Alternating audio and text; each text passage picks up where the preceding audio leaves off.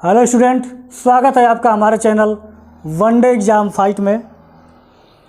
Student, हम लोग जो है पॉलिटी पढ़ रहे हैं और पॉलिटी के अंतर्गत जो है आज जो है भाग 3 को हम जो है प्रारंभ करेंगे। पिछले वीडियो में आपको हमने जो है भाग 1 संघ और उसके राज्य क्षेत्र और भाग 2 नागरिकता को जो है पूरी तरह से विस्तार से हमने जो है बताया है और एग्ज़ाम की दृष्टि से बताया है कि एग्ज़ाम में क्या महत्वपूर्ण है और क्या आने वाले हैं, उसी को ध्यान में रख के जो है पूरा का पूरा जो है भाग 1 और भाग 2 को बताया गया है। और आज जो है भाग 3 हम शुरू करेंगे, मूल अधिकार, फंडामेंटल राइट। और ये भी जो है एग्ज़ाम बेस पे होगा, एकदम से टू द पॉइंट आपको बताएंगे जो एग्ज़ाम की दृष्टि से एग्ज़ाम में एकदम आने वाले क्वेश्चन होंगे और थोड़ा सा गहराई से भी बताएंगे ताकि यूपी पीसीएस की तैयारी करने वाले जो लोग हैं, आरओ और रेलवे और जो है यूपी पुलिस की तैयारी करने वाले लड़कों के लिए जो है काफ़ी मददगार साबित होगा। और मूल अधिकार, जैसा कि मूल अधिकार हमारा जो है संविधान के भाग 3 का जो हिस्सा है उसमें मूल 7 जो है अधिकार दिए गए थे और 7 अधिकारों में हम उसको जो है विस्तार से पढ़ेंगे कि क्या क्या है। आइए यहाँ पे हम देखते हैं पहले कि मूल अधिकार को भाग 3 के अंतर्गत रखा गया है और ये 60 लिखवाया गया है किताबों से। एनसीईआरटी की 6 to 12 की एनसीईआरटी की किताबें हैं और पॉलिटी की सबसे इम्पॉर्टेंट किताब लक्ष्मीकांत, जो कि आईएएस और पीसीएस की तैयारी करते हैं जो लड़के, उसके द्वारा और कई और जो किताबों के द्वारा मिलाकर जो है एक 60 नोट्स तैयार किया गया है आपके लिए। आपको सिर्फ लिखना है और रिवीजन करना है, इससे ज़्यादा आपके लिए मेहनत का कोई काम नहीं है, क्योंकि नोट्स बनाने की जिम्मेवारी हमारी है। हम आपको अच्छा से अच्छा नोट्स उपलब्ध कराएंगे और एकदम शॉर्ट में टू द पॉइंट। आपको घर पे नोट्स बनाने की टेंशन नहीं रहेगी, आप बस केवल उतार लीजिए और रिवीजन कीजिए।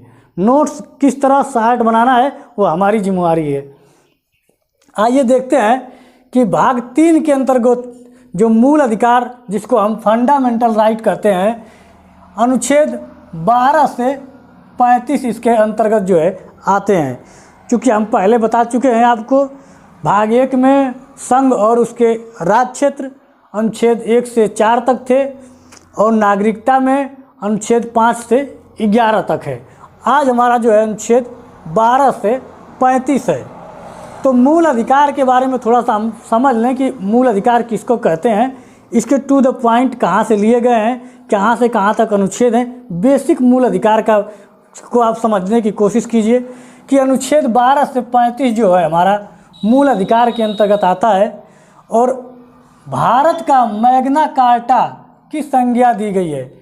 मूल अधिकार के हिस्से को जो है भारत का मैग्ना कार्टा की संज्ञा दी गई है। एग्जाम में कई बार पूछ लेता है कि किसे भारत का मैग्ना कार्टा कहा जाता है, संविधान के किस हिस्से को भारत का मैग्ना कार्टा की संज्ञा दी गई है। मूल अधिकार सामान्यतः राज्य के विरुद्ध उपलब्ध होता है। राज्य का यहाँ पे जो है जो तात्पर्य है हम अनुच्छेद 12 में आपको विस्तार से समझाएंगे, लेकिन थोड़ा सा केवल समझ लीजिए कि मूल अधिकार सामान्यतः राज्य के विरुद्ध उपलब्ध होते हैं। यानी राज्य का मतलब जो है सरकार, केंद्र सरकार, राज्य सरकार, सरकार के द्वारा जो सरकारी संस्थानें हैं उन सब को जो है यहाँ पे हम राज्य से डिनोट करेंगे। राज्य केंद्र सरकार हो गया, राज्य सरकार हो गया, सरकार के द्वारा सरकारी स्कूल हो गए, सरकारी हॉस्पिटल हो गया, मतलब सरकार के द्वारा चलने वाली जो संस्थाएं हैं उन सब को यहाँ राज्य के को जो है हम समझेंगे कि उन्हें राज्य का दर्जा दिया गया है या उन्हें सरकारी संस्थाओं को हम राज्य से संबोधित करेंगे। तो यहाँ पे कह रहा है कि मूल अधिकार समानतः राज्य के विरुद्ध उपलब्ध होते हैं। तो राज्य के विरुद्ध उपलब्ध क्यों होते हैं? ये नागरिकों को जो है मूल अधिकार दिए जाते हैं और राज्य के विरुद्ध इसलिए कि कभी भी भविष्य में जो है सरकार या जो सरकारी संस्थाएं हैं वो नागरिकों के अधिकारों की जो है हनन न कर सके। उन नागरिकों के अधिकारों की रक्षा करने के लिए जो है राज्य के विरुद्ध यानी सरकार के विरुद्ध ये नागरिकों को मिलता है। तो ये अधिकार जो है नागरिकों का अधिकार है।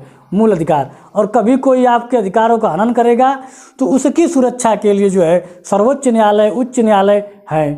तो इसीलिए कह रहा है कि ये राज्य के विरुद्ध मिला हुआ है हमको, कि कभी भी राज्य हमारे खिलाफ जो है कानूनी रूप से कोई सख्त कानून न बना ले, हमारे अधिकारों का हनन न कर दे। इसीलिए वो कहना चाहता है कि मूल अधिकार समांतर राज्य के विरुद्ध उपलब्ध होते हैं नागरिकों को।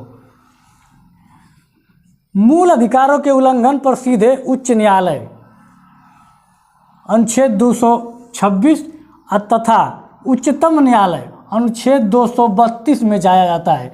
यानी कि कभी भी आपको लगे कि अनुच्छेद 12 से 35 जो हमारे मूल अधिकार दिए गए हैं और उसका हमारा अधिकारों का हनन हो रहा है, तो आप सीधे जो है उच्च न्यायालय और सर्वोच्च न्यायालय, उच्चतम न्यायालय, हाई कोर्ट और सुप्रीम कोर्ट सीधे जा सकते हैं अनुच्छेद 226 के द्वारा और अनुच्छेद 32 के द्वारा।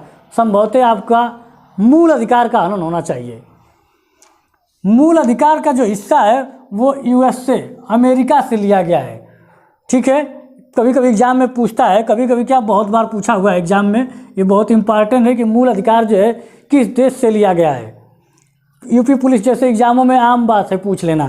तो मूल अधिकार जो है यूएसए से लिया गया है, अमेरिका के संविधान से लिया गया है। और संविधान के मूल रूप में 7 मूल अधिकार हैं। यानी कि जब संविधान बनकर तैयार हुआ था उस समय जो है संविधान में मूल अधिकार के रूप में 7 मूल अधिकार सम्मिलित किए गए थे। उसको हम विस्तार से समझाएंगे। तो मूल अधिकार का तात्पर्य थोड़ा सा हम लोग समझ लें कि मूल अधिकार का अर्थ क्या है, उसका तात्पर्य क्या है, इससे हमें क्या, कैसे हम मूल अधिकार को डिफाइन करेंगे। संविधान द्वारा बिना किसी भेदभाव के हर व्यक्ति के लिए मूल अधिकारों के संबंध में गारंटी दी गई है। इनमें प्रत्येक व्यक्ति के लिए समानता, सम्मान, राष्ट्रहित और राष्ट्रीय एकता को समाहित किया गया है। ये अधिकार देश में व्यवस्था बनाए रखने, राज्य के कठोर नियमों के खिलाफ नागरिकों की आज़ादी की सुरक्षा करते हैं। क्या कह रहा है यहाँ पे देखिए कि ये अधिकार देश में व्यवस्था बनाए रखने और राज्य के कठोर नियम है, राज्य के कठोर नियमों के खिलाफ नागरिकों की आज़ादी की सुरक्षा करते हैं। यानी कि संसद कोई ऐसा कानून न बना दे जिससे जो है नागरिकों के अधिकारों का हनन होने लगे। और जब ऐसा होगा तो जो नागरिक हैं वो सर्वोच्च न्यायालय और उच्च न्यायालय और हाई कोर्ट जाकर जो है क्या करेंगे, अपने अधिकारों के लिए जो है वहाँ पर लड़ेंगे। और यही जब सुप्रीम कोर्ट को लगेगा कि नहीं नागरिकों के अधिकारों के खिलाफ है, अगर नागरिकों के मौलिक अधिकारों का हनन हो रहा है, तो सुप्रीम कोर्ट जो है सीधे इनको जो है उनके सरकार के द्वारा जो बनाए गए नियम रहेंगे उनको निरस्त कर देगा। तो ये समझ लीजिए कि फंडामेंटल राइट ये नागरिकों की पावर है कि आपका कोई भी अधिकार, सरकार जो है तानाशाही सरकार अगर रवैया कर लेती है, अपना लेती है, तो कभी आपके अधिकारों का हनन न हो। ठीक, मूल अधिकारों में हम देखेंगे कि जो 7 मूल अधिकार थे, समता का अधिकार, स्वतंत्रता का अधिकार, शोषण के विरुद्ध अधिकार, धर्म की स्वतंत्रता का अधिकार, संस्कृति और शिक्षा संबंधी अधिकार, संवैधानिक उपचारों का अधिकार। 1 2 3 4 5 6 आपके जो है 6 मूल अधिकार वर्तमान में जो है आप व्हाइट बोर्ड पे देख रहे हैं। तो अभी हमने आपको बताया था कि जो हमारे मूल अधिकार हैं वो 7 हैं। तो फिर 7वां मूल अधिकार कहाँ गया, उसके बारे में हम लोग जो है यहाँ पर थोड़ा सा नोट करके हमने जो है आपको विस्तार से बताया है। संपत्ति का अधिकार, संपत्ति का जो अधिकार हमारा जो था, इसको अधिकार को मूल अधिकार की सूची से जो है बाहर कर दिया गया और इसको जो है एक कानूनी अधिकार बना दिया गया। तो देखिए समता का अधिकार, समता का अधिकार अनुच्छेद 14 से अनुच्छेद 18 तक जो है समता का अधिकार है। स्वतंत्रता का अधिकार अनुच्छेद 19 से 22 तक। शोषण के विरुद्ध जो है अधिकार है अनुच्छेद 23 से 24। धर्म की स्वतंत्रता, धर्म की स्वतंत्रता का अधिकार जो है 25 से 28। संस्कृति और शिक्षा संबंधी अधिकार अनुच्छेद 29 से 30। और 31 नंबर का जो अधिकार था 29 से 30 और जो संपत्ति का अधिकार था हमारा जो 31 नंबर में था उसी को जो है समाप्त कर दिया गया है। और संवैधानिक उपचारों का अधिकार 32 नंबर यहाँ पे है, तो 31 नंबर जो था उसको हटा दिया गया है। अब ये संपत्ति के अधिकार को जो है भाग 12 में जो है कह लीजिए कि अनुच्छेद 300 क में जो है शामिल किया गया है, यानी कि समता का अधिकार, स्वतंत्रता का अधिकार। स्वतंत्रता का अधिकार का यानी कि जो है आपके बोलने की आज़ादी, चलने की आज़ादी, घूमने फिरने की आज़ादी, हर प्रकार की आपकी जो स्वतंत्रता है जिससे किसी के भावनाओं को आहत न हो, ऐसी स्वतंत्रता। यानी कि ऐसी नहीं स्वतंत्रता कि आपकी स्वतंत्रता किसी दूसरे की स्वतंत्रता को क्या है बाधित करे, ऐसा नहीं है। आपकी स्वतंत्रता का अधिकार जो है 1919 से लेके 22 तक है। शोषण के विरुद्ध अधिकार, किसी का जो है शोषण नहीं कर सकते हैं। इसके बारे में हम हर अनुच्छेद के बारे में जो है एक एक करके जो है विस्तार से समझेंगे। अब यहाँ पे संपत्ति का जो अधिकार है इसको थोड़ा सा समझ लीजिए कि संपत्ति के अधिकार को 44वां संविधान संशोधन अधिनियम 1978 के द्वारा मूल अधिकारों की सूची से हटा दिया गया। इसे संविधान के भाग 12 के अनुच्छेद 300 क में के तहत कानूनी अधिकार बना दिया गया। इस तरह फिलहाल जो है मूल अधिकार जो है इस समय वर्तमान में 6 है। जब संविधान लिखा गया था मूल संविधान में 7 मूल अधिकार थे। तो यहाँ पर आप समझ लीजिए कि संपत्ति के जो अधिकार है इसको भाग 12 में पूछता है कि मूल अधिकारों में से किस अधिकार को समाप्त कर दिया, मूल अधिकार से हटा दिया गया है। तो संपत्ति के अधिकार को किस में शामिल किया गया है, भाग 12 में। किस अनुच्छेद संविधान संशोधन द्वारा हटाया गया है, 44वां संविधान संशोधन द्वारा। कितने अनुच्छेद में, भाग 12 के अनुच्छेद 300 क में संपत्ति का अधिकार है। और इस समय वर्तमान में कितने मूल अधिकार हैं, 6। आपसे तरह तरह का जो है क्वेश्चन बना के पूछ सकता है। अब अगर आप याद करना चाहते हैं तो आसानी के लिए याद कर लीजिए 14 से 18 5 अनुच्छेद इसमें हैं। 19 से 22, 19, 20, 21, 22 4 अधिकार इसमें हैं। शोषण के विरुद्ध अधिकार 23, 24 2 इसमें है। इसमें जो है धर्म की स्वतंत्रता में 4 हैं। उसके बाद संस्कृति और शिक्षा संबंधी अधिकार इसमें 2 है। यहाँ पर जो है 0, क्योंकि संपत्ति के अधिकार को समाप्त कर दिया गया। और संवैधानिक उपचारों का अधिकार 1 है, 32 नंबर। अगर आप ट्रिक बना के याद करना चाहते हैं कि कौन सा अधिकार कितने अधिकार किसमें है, तो 54, 24, 201 आपके लिए एक ट्रिक समझ लीजिए। एक ट्रिक समझ लीजिए कि 54, 24, 201, इससे आपको ये सुविधा मिलेगी, आसानी होगा कि किस वाले हिस्से में कितने अनुच्छेद हैं।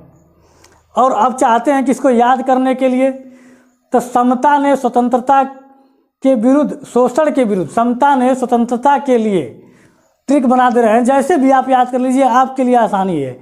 लेकिन हमारे हिसाब से अगर आपको आसान लगता है तो समता ने स्वतंत्रता के लिए शोषण के विरुद्ध धर्म की शिक्षा का उपचार किया। समता ने स्वतंत्रता के लिए शोषण के विरुद्ध धर्म की शिक्षा का उपचार किया। यानी कि मतलब एक एक वर्ड जो है सब में सम्मिलित कर लीजिए ताकि आप एक क्रम में याद कर सकते हैं कि जो मूल अधिकार हैं वो किस तरह से हैं और उनके अनुच्छेदों का क्रम जो है आसानी से आपके लिए याद हो जाएगा। समता ने स्वतंत्रता के लिए शोषण के विरुद्ध धर्म की शिक्षा का उपचार किया, एक लाइन में आपका याद हो जाएगा। इससे ये हो जाएगा कि आपको जो है एक जो सर्किल है, जो इनके अनुच्छेदों का जो क्रम है उस हिसाब से याद हो जाएगा। समता ने स्वतंत्रता के लिए शोषण के विरुद्ध धर्म की शिक्षा का उपचार किया। और आप कितने अनुच्छेद हैं, तो इसके लिए जो है 54, 24, 201 एक फ़ोन नंबर की तरह है। 54, 24, 201 याद रहा। अगर भूल भी गए आप तो समझ जाएंगे कि कहाँ से कहाँ तक अनुच्छेद है। 14 से 18 4 अनुच्छेद, 5 अनुच्छेद इसमें आते हैं। तो आपके लिए थोड़ा आसान हो जाएगा याद करना, चाहे आप जैसे याद कर लें, आपके ऊपर है। तो आप अब हम देखेंगे इसमें समता के अधिकार के अंतर्गत जो 14 से 18 तक है, या हमने आपको बताया था कि मूल अधिकार 12 से 35 है। चूँकि यहाँ पे 14 से 18 से शुरू हो रहा है, तो 12 और 13 कहाँ गया, तो उसके बारे में जो है विस्तार से बताएंगे अभी। मूल अधिकार, फंडामेंटल राइट। मूल अधिकारों में हम देखेंगे अनुच्छेद 12 से 35 तक अनुच्छेद आते हैं, तो हम समझेंगे कि अनुच्छेद 12 और अनुच्छेद 13 को जो है यहाँ पे विस्तार से समझेंगे कि अनुच्छेद 12 और अनुच्छेद 13 क्या कहना चाहते हैं। तो अनुच्छेद 12 के अंतर्गत जो है राज्य की परिभाषा, राज्य की परिभाषा, यानी कि अनुच्छेद 12 कहता है कि राज्य की परिभाषा के अंतर्गत जो है क्या क्या संस्थाएं आती हैं, कौन से प्राधिकरण आते हैं, कौन से अधिकारी आते हैं, कौन से कर्मचारी आते हैं, या कौन सी संस्थाएं आती हैं। राज्य की परिभाषा किसे किसे जो है किसके अंतर्गत जो है राज्य की परिभाषाओं के अंतर्गत जो है शामिल किया जाता है। तो यानी कि भारत की जो संसद है, पहले तो संघीय सरकार यानी सेंट्रल गवर्नमेंट, राज्य विधानमंडल जो राज्यों की विधानमंडलें हैं, राज्य सरकारें, स्थानीय शासन, नगर पालिका, पंचायतें, अन्य प्राधिकारी, यानी कि सरकार के द्वारा पाने वाले वेतन या सरकार द्वारा चलाई जा रही संस्थाएं, सरकार के द्वारा चल रहे स्कूल या सरकारी जो हॉस्पिटल, सब वो संस्थाएं जो हैं उनके लिए हम राज्य शब्द क्या है परिभाषित कर सकते हैं या इंगित कर सकते हैं। ये सब, इन सब के लिए जो है हम राज्य शब्द जो है डिनोट कर सकते हैं। और साथ ही साथ सभी निकाय जो संवैधानिक हैं, जो गैर संवैधानिक निकाय या प्राधिकरण हैं, जैसे कि LIC, जैसे कि सेल, ONGC, जो सरकार से एडेड हैं, जिनमें सरकार का हिस्सेदारी है, उनको भी हम राज्य शब्द से इंगित करेंगे। क्योंकि मूल अधिकार जो हम पढ़ रहे हैं, हम इसीलिए पढ़ रहे हैं कि ये नागरिकों का अधिकार है और इसका हनन कौन करता है, राज्य करती है। तो हमें पता होना चाहिए कि राज्य के अंतर्गत कौन कौन सी संस्थाएं या कौन कौन से अधिकरण, प्राधिकरण, संस्थाएं और कर्मचारी आते हैं जो नागरिकों के मूल अधिकारों का हनन कर सकते हैं। तो यहाँ जानना सबसे ज़रूरी है कि अनुच्छेद 12 के अंतर्गत जो है राज्य शब्द का डिनोट हम किनके लिए करेंगे, कौन नागरिकों के अधिकारों का हनन कर सकता है, वे सब संस्थाएं जो है राज्य के अंतर्गत आती हैं। ठीक है। अनुच्छेद 13 में मूल अधिकारों से असंगत तथा अल्पीकरण करने वाली विधियां, यानी कि मूल अधिकारों से असंगत यानी कि मूल अधिकारों से भिन्न तथा मूल अधिकारों को अल्पीकरण करने वाली विधियां, यानी मूल अधिकारों को कम करने वाली, छीनने वाली, समाप्त करने वाली अन्य जो विधियां हैं, उसी को कह रहा है अनुच्छेद 13 के अंतर्गत आता है। जब 13 के अंतर्गत आता है तो 13 में अनुच्छेद 13 का 1, 13 का 2 और 13 का 3, 4 पॉइंट है अनुच्छेद 13 के अंतर्गत। तो हम बस बेसिक समझेंगे थोड़ा सा, क्योंकि आपके एग्ज़ाम में बहुत गहराई से नहीं पूछेगा। अगर PCS की तैयारी कर रहे हैं तो ऐसे एग्जामों में पूछता है, IAS वालों में पूछता है। नॉर्मल आपके जो AP पुलिस की तैयारी कर रहे हैं तो उसमें केवल अनुच्छेद 13 पूछेगा।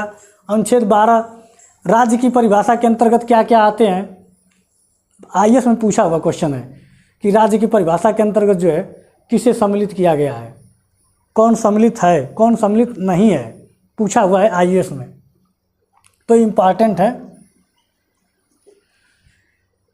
तो यहाँ पे देखेंगे कि मूल अधिकारों का अल्पीकरण करने वाली कौन कौन सी विधियाँ हैं।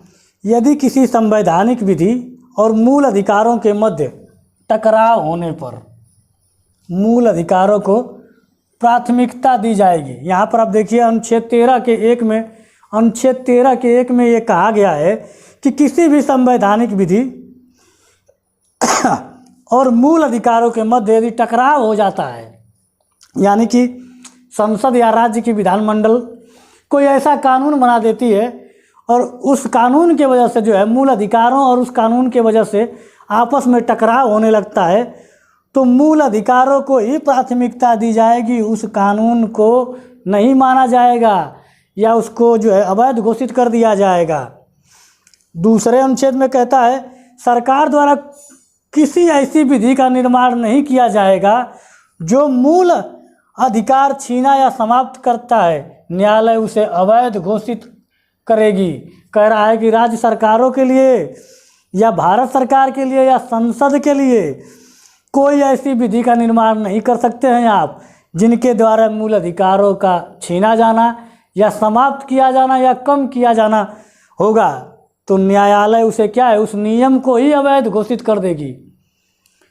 अनुच्छेद 13 के 3 में भी कहा है, चाहे वो भले ही अध्यादेश क्यों ना हो।